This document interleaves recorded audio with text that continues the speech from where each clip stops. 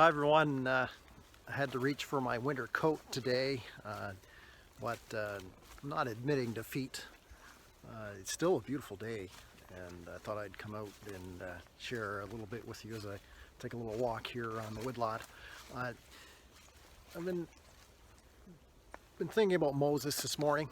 I was reading about him, and it's fascinating how it describes at the end of the book of Deuteronomy how the Lord took him up on the hill there at Pisgah and showed him all of the promised land, and reminded him of the truth that Moses would not enter into that promised land, but instead the Lord took him home. It's described there that up on the mountain, that there in Moab, that Moses died, and the Lord buried him and took him to be with him for eternity. It's interesting how Moses is described as the one who met with the Lord face to face. Moses is described there at the end as well as a man who was 120 years old, yet his vision was still crisp and his strength had not waned. Pretty impressive for a man of that age. And Moses had lived, in a sense, 40-year periods. He had lived 3 40-year periods. They really mark his history. For 40 years he lived in the home of Pharaoh and had all the privilege that was involved with that. And then for 40 years he lived in the wilderness with his family, his new family there, and looked after the sheep of his father-in-law Jethro.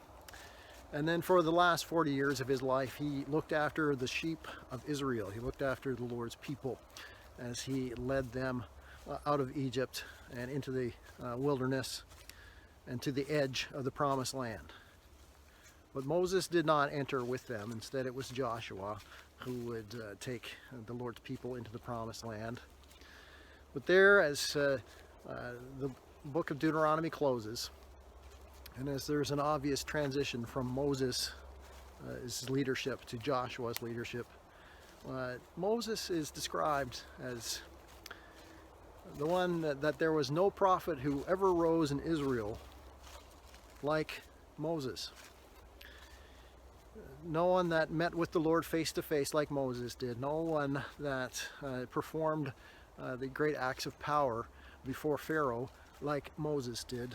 No one who showed the Lord to others like Moses did. No one who did miracles like Moses did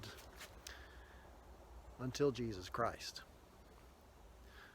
Because you see, as it summarizes there was no one who rose as a prophet like Moses.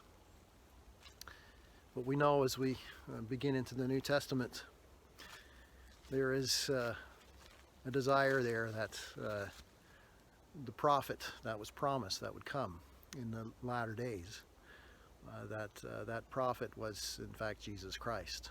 In fact, one day Jesus was asked, "Are you the prophet? Are you the one that Moses promised? Are you the one that would come, who would be like Moses, yet greater?" In fact, Jesus showed us. He performed the miraculous signs. He showed the great power of God. He was the prophet like Moses, but greater. Because not only did he meet with his Father face to face, he is the Lord. He is God come to earth, God incarnate, come to save. He was a prophet like Moses, but he was greater than the prophet Moses. He was the Savior, and he came to save, as Jesus put it himself, to seek and to save the lost.